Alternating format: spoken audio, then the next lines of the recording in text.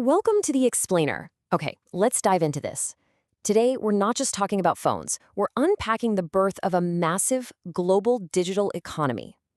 Our goal here is to zoom way past the physical hardware, the glass and the metal, and deeply understand this monumental shift.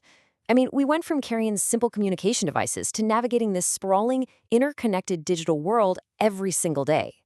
Think about the device you probably have within arm's reach right now. You might even be watching this explainer on it. I want you to ask yourself, is that device just a piece of hardware? Or is it literally the pocket-sized infrastructure of an entire invisible global economy?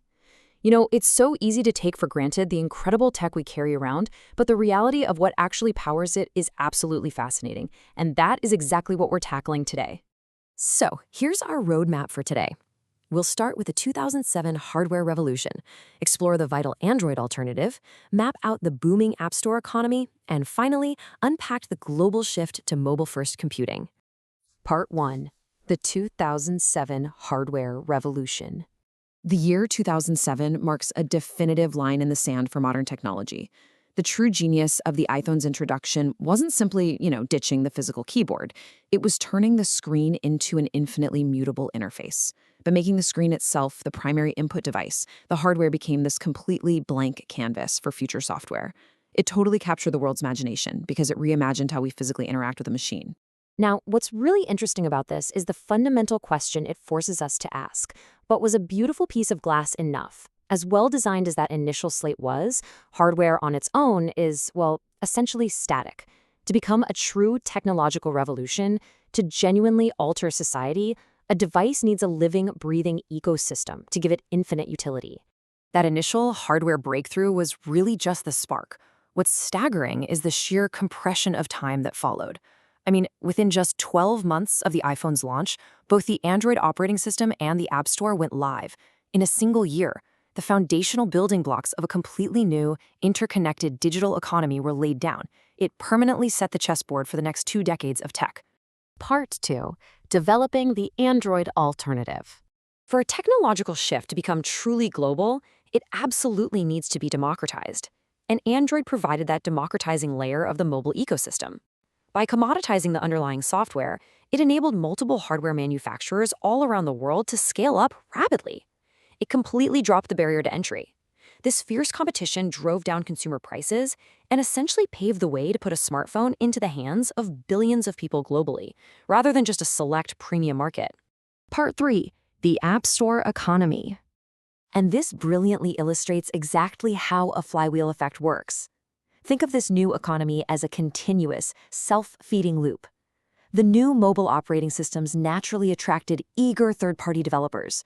Those developers built specialized apps, which instantly attracted users. And as those users opened their wallets, the ecosystem's revenue absolutely exploded, which, of course, drew in even more capital and engineering talent. It's this powerful, symbiotic cycle that transformed static tools into massive economic engines.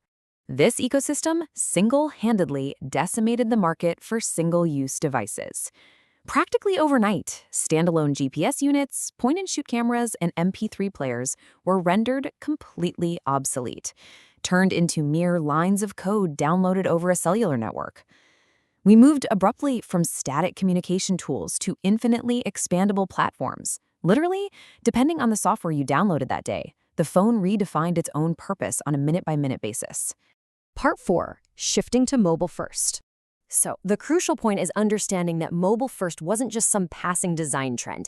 It was a fundamental reallocation of the entire tech industry's capital and engineering talent.